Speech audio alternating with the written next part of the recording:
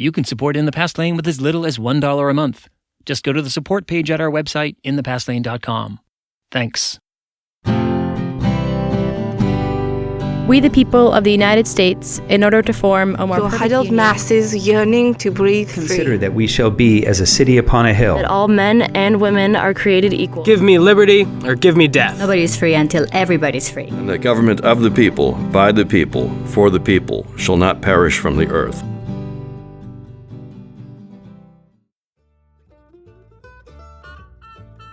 Hi there. Welcome to In the Past Lane, the podcast about American history and why it matters. Brought to you by SBI, Snoring Beagle International, and coming to you from the Articles of Confederation Studios, located in central Massachusetts. I'm your host, historian-at-large Edward T. O'Donnell, and this is episode 184. Every week here at In the Past Lane, I bring you the key events and birthdays of notable people that took place this week in U.S. history, with special attention to one important story. So what's happening in the Past Lane this week? Well, I've been enjoying spring break this past week. It's allowed me to catch my breath and to strike a number of things off my endless to-do list. I even took some time to clean and reorganize my office. You can better believe that felt pretty good.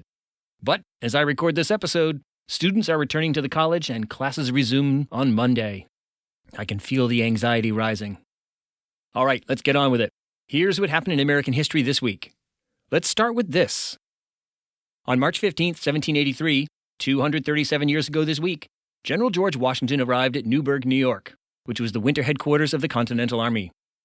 A peace treaty with England had yet to be signed, but combat between American and British forces had ended 16 months earlier, in October 1781, with the British surrender at Yorktown. But the mood among the men and officers was decidedly not celebratory.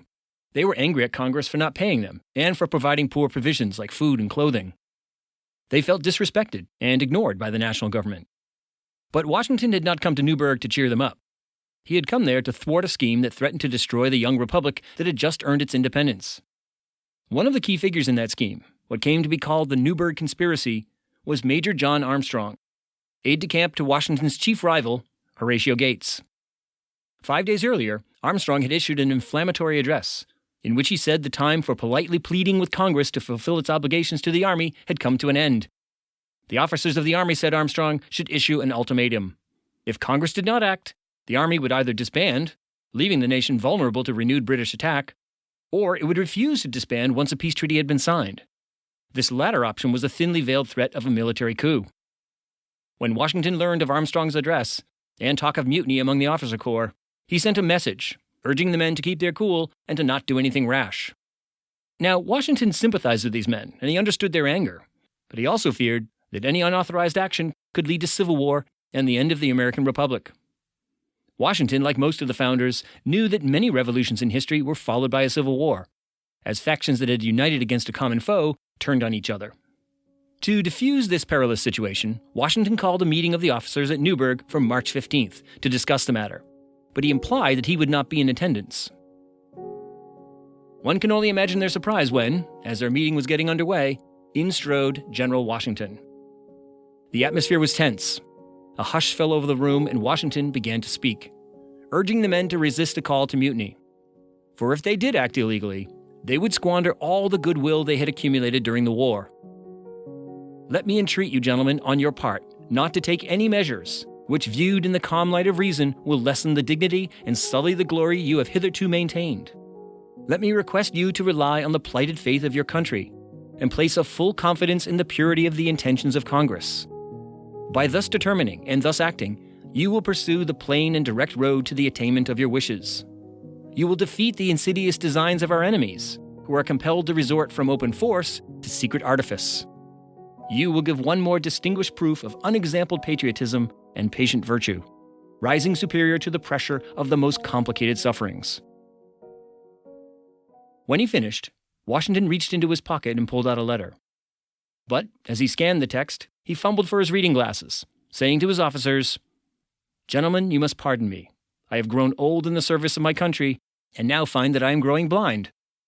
With that offhand reference to his personal sacrifice on behalf of the American cause, many in the room began to cry, and the anger soon subsided. Washington had snuffed out the Newburgh Conspiracy. 3 days later, Washington wrote to Congress to assure them that the crisis was over. Who exactly was behind the Newburgh Conspiracy and how serious was the talk of mutiny and insurrection remains a mystery. But the crisis was significant for several reasons.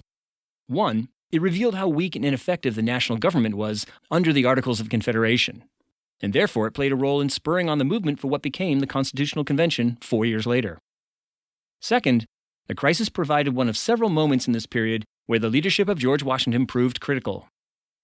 As one biographer put it, Washington was the indispensable man who, at every critical moment in the nation's founding, provided a steady hand, dignified demeanor, and selfless leadership that helped maintain unity and dedication to the common cause. So what else of note happened this week in U.S. history?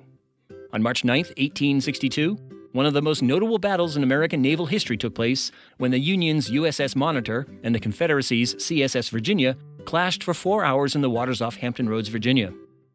What made this encounter significant was the fact that it was the first time ironclad ships had squared off in a battle. And because they were both protected by thick sheets of iron, the cannonballs that they fired at each other simply bounced off. In the end, the battle was a draw, but it did signal the beginning of a new era in naval combat, one in which steam-powered metal-hulled ships would become standard. March 12, 1933, President Franklin Delano Roosevelt delivered his first Fireside Chat.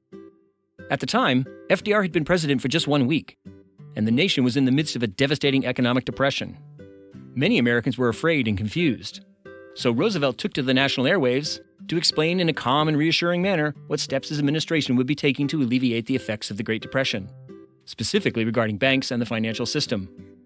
FDR proved a master of the new medium of radio, and over the course of his presidency, he delivered a total of 30 radio addresses, ranging from discussions of New Deal policy to World War II.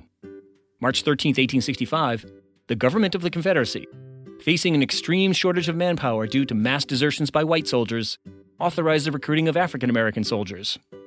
It was a measure of just how desperate the Confederate leaders had become. As Howell Cobb of Georgia said at the time, "The day you make a soldier of slaves is the beginning of the end of the revolution. And if slaves seem good soldiers, then our whole theory of slavery is wrong." But the Confederacy collapsed and the war ended before any black soldiers took the field for the Confederacy. That fact has not stopped the spread of a popular myth that thousands of African Americans fought for the Confederacy. And if you want the full story on that topic, check out In the Past Lane episode 169, where I speak with Kevin Levin about his book, Searching for Black Confederates, the Civil War's Most Persistent Myth. Other important events this week: March 9th, 1959, the Barbie doll debuted. March 12th, 1912, the Girl Scouts of America was founded. And March 14th, 1794, Eli Whitney received a patent for his cotton gin. All right, turning to notable people born this week in American history. March 10th, 1867, progressive reformer and nurse Lillian Wald was born in Cincinnati, Ohio. Wald grew up in a middle-class Jewish family and was trained as a nurse in New York. Early on in her career, she became interested in working to improve the health and well-being of the city's vast immigrant population. In 1892, she founded the Henry Street Settlement House on New York City's Lower East Side. To this day, it continues to assist new Americans and the poor in a wide range of education and outreach programs. Lillian Wald also pushed for women's suffrage, labor rights, and racial justice. March 12, 1922, novelist and poet Jack Kerouac was born in Lowell, Massachusetts. Jack Kerouac was one of the leading figures of the so-called Beat Generation.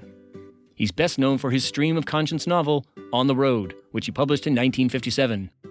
The book featured the wild adventures of Dean Moriarty and Sal Paradise. And if you've never read the book, or you want to revisit it like I did a few years ago, I highly recommend the audio version read by Matt Dillon. March 15th, 1767, the 7th President of the United States, Andrew Jackson, was born in Waxhaw Settlement on the border between North and South Carolina. Jackson was a soldier, lawyer, and politician who ran the first populist campaign for president in 1828. One of the most memorable controversies of his presidency was his successful effort to kill the Bank of the United States, which, of course, makes it rather odd that Jackson is featured on the $20 bill.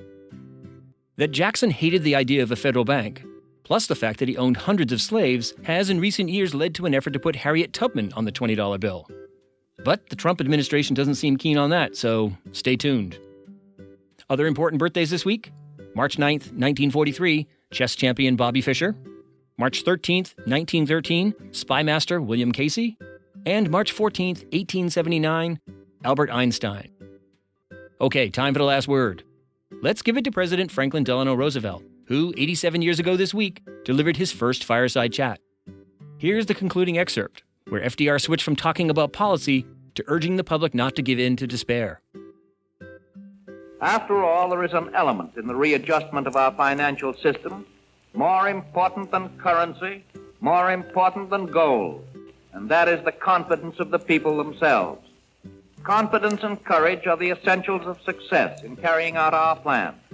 You people must have faith. You must not be stampeded by rumors or guesses. Let us unite in banishing fear. We have provided the machinery to restore our financial system, and it is up to you to support and make it work. It is your problem, my friends, your problem no less than it is mine. Together, we cannot fail.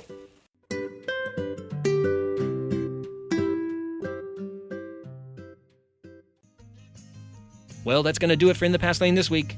You can learn more about me and everything we talked about at inthepastlane.com. And let's interact via social media. I'm at In the Past Lane on both Twitter and Instagram, and our Facebook page is In the Past Lane Podcast. See you next week.